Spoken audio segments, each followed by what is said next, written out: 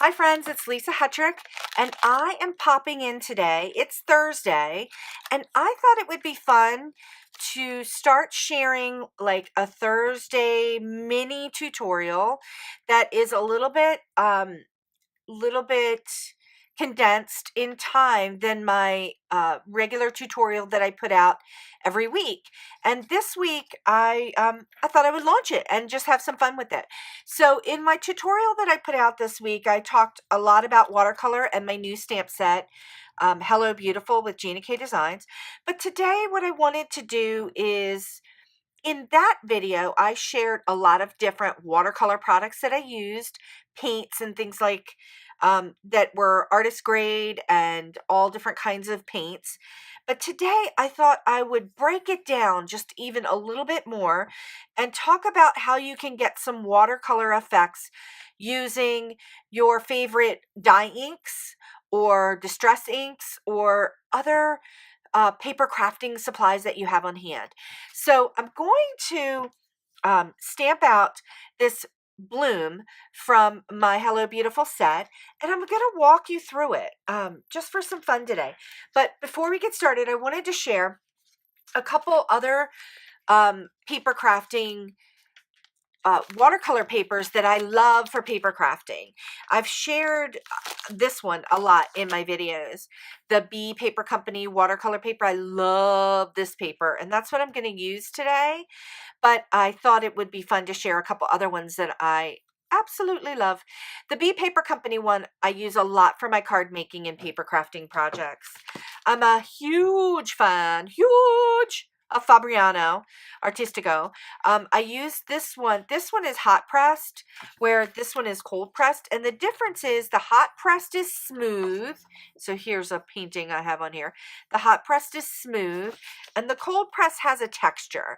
And I really like to use the cold press for paper crafting projects and my hot press paper for some of the professional illustrations that I do. But I thought I would share that one.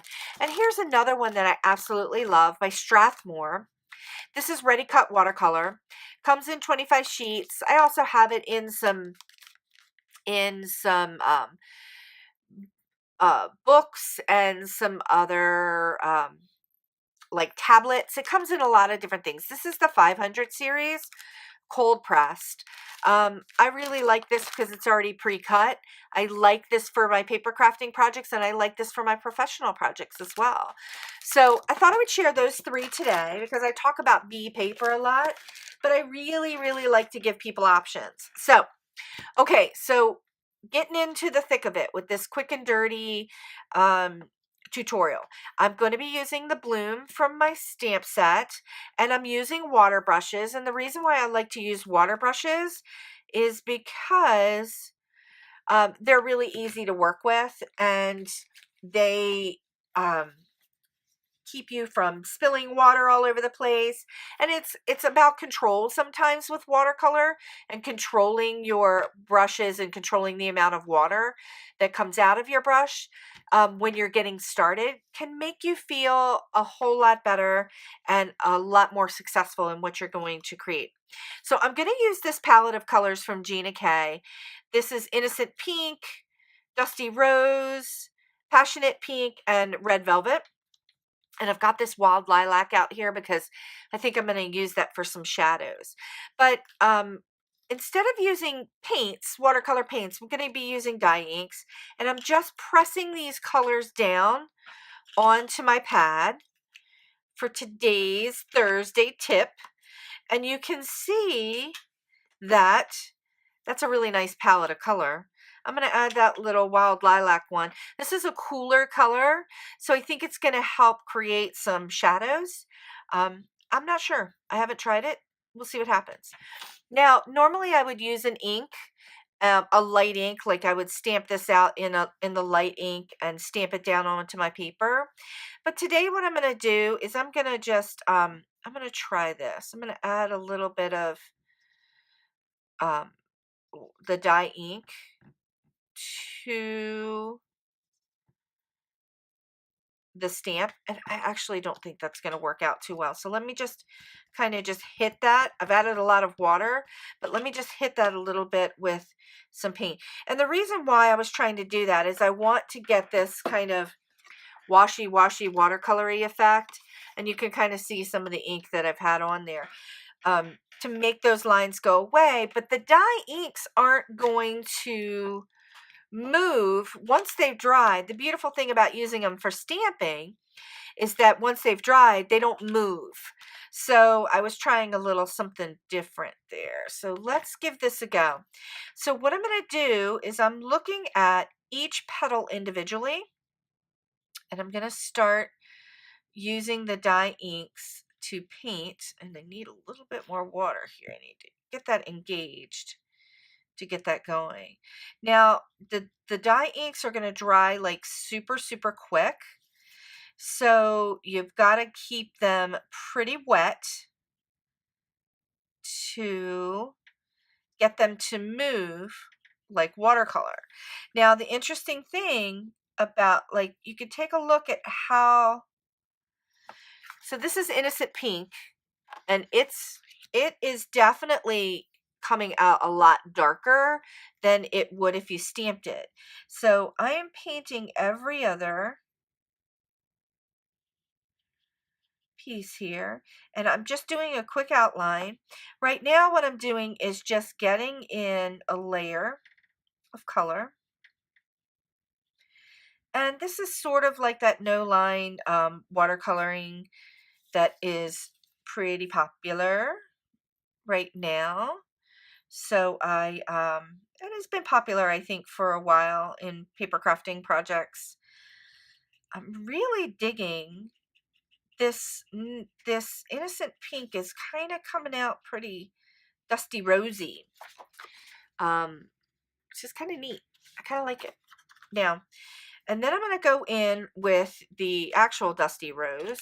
Just add a little bit more of that color down there. I'm going to go in with the dusty rose and color the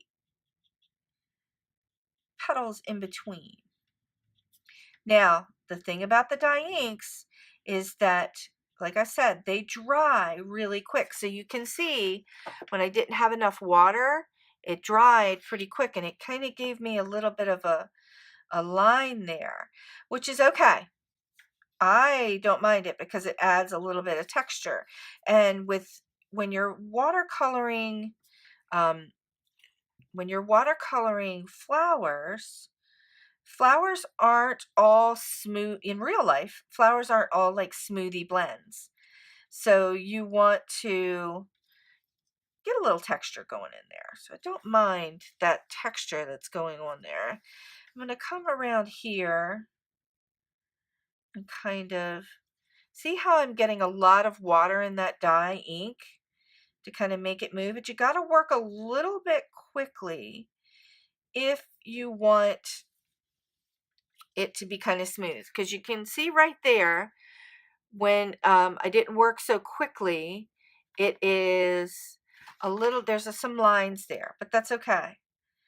I don't get really upset about those kinds of things because I know that we can go back and layer over top and add a little bit more to it. So let's go in here. I'm keeping this brush wet, and I'm keeping the paints really wet so that I can get this color in and get that layered in. Okay, so I'm going to come over here with this dusty rose, kind of add a little bit of color in here. So this is really, you know what, your first layers are kind of a hot mess, right? They are layered in, and you're really just getting kind of a base layer down so that you can see where you are. And this is the part where sometimes people get upset and they don't want to move forward because they feel like this looks horrendous. What am I going to do? So this is where you need to keep going. So I'm going to dip into, my next color is the Passionate Pink, and I'm dipping in. And now I'm going to start adding, and I'm doing it kind of wet. I'm adding layers of the passionate pink in each petal, but only like on one side, and kind of pulling it out to, so as I turn here, I'm going to end up getting that in the color a little bit. I'm a lefty and it makes it a little challenging sometimes. So I'm going to pull, adding that color in on that one side of the petal. And I'm going to do this all the way around and just push, push, push, push, push it with sort of a, with the brush, but with like a medium wet, not too wet, but just kind of pushing it so that we get some darks and some lights going on here. All right, I'm going to dip into this passionate pink, and I'm letting this brush get nice and wet. And then I'm going to come over here. So where I had that one spot that was sort of like definitely had a texture to it, like that stroking right there, I'm going to be using that as my guide and kind of coming back over it. And you can see that I'm pushing to the side here, pushing in. And so where it was a hot mess before, it's starting to get layered with more of the color. So the wonderful thing and the interesting thing about watercolor is, and that people get kind of scared about, is that it's wild, right? It goes everywhere. But if you keep the water flowing and you let things dry in between, you're going to be able to get some really, really beautiful effects, like with your color, and you're going to be able to layer on top. So you can start to see, like on the left-hand side, how much of a hot mess it was when I first got it started, and then how much different it is now on the right. Just by layering colors, working from light to dark. And that's how I work with the professional watercolor projects that I do.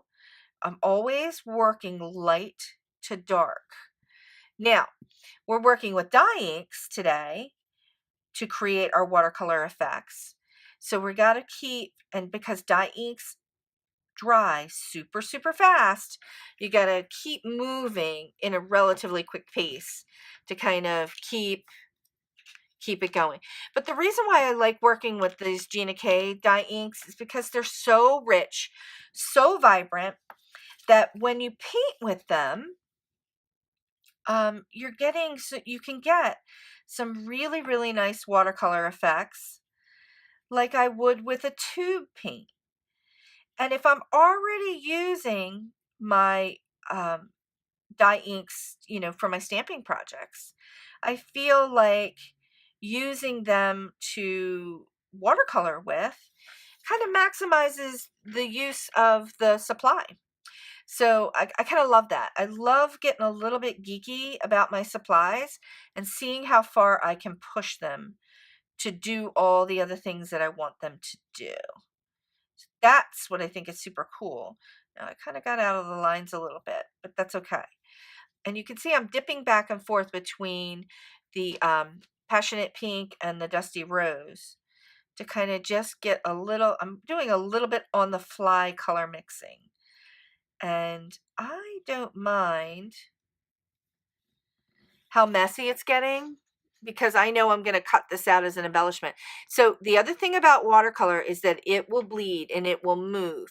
And especially with this B paper, because it is a cold press paper and it is a lot of fiber in the paper, it's going to move a little bit.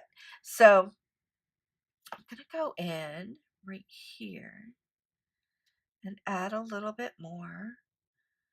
But I'm being mindful of like not letting it go too much there. I'm going to leave that petal the way it is. And right now what I've got is a little bit of a variegation of color in the petals, but it's also like kind of artistic-y. That's not even a word, but whatever. kind of not smoothie blended, kind of more like natural flow of color, but really deep and rich. And you can see some of the petals coming forward, some of the petals going backwards. So we're building in some of like organic texture here, which I really dig. So now I'm going to dip into this red velvet a little bit, and I'm going to be cautious with this one because this red velvet, I love this color, but it is intense. So one of the things that I wanted to share about watercolor techniques is that you can use like a darker color in some of the areas of your petal, and you're really just dabbing it in. You can see me dabbing it in here, and it will create like a stain. So when you're dabbing in watercolor, I do this often, and in the last tutorial video with the jar, you will see that. You will see me doing like this, kind of dabbing this in instead of brush strokes, which are beautiful. Dabbing a color in with your water brush or your paintbrush in like one little area will help intensify the color in that area because you are layering color over top of what you already have.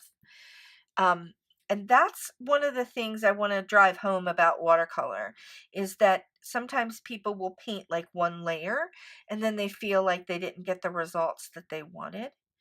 And then they get a little bit upset and feel like, it's a little bit too challenging. But if you let everything dry in between, then you get some really, really interesting effects. So you can see right now how just adding that little bit of red velvet on those petals helps push some of the petals forward and some of the petals backward. So now we're starting to get a little bit of realism going on. Now for the center, I'm just going to stop right here because I think we've got the general idea, and I really wanted this to be just a kind of a quick tip and a trick to share for Thursday, and I didn't want the video to get too long. So what I'm probably going to do with this is I'm going to cut this out. It's going to become an embellishment. I could use some Nouveau drops for the center, or I could use some more paint and try to add a little bit of texture in there to kind of complete that portion. But I hope this gave you some better tips and tricks on how to use your dye inks to do some watercoloring. So that's it for today's Thursday tip. And thanks so much for watching. And I will see you soon.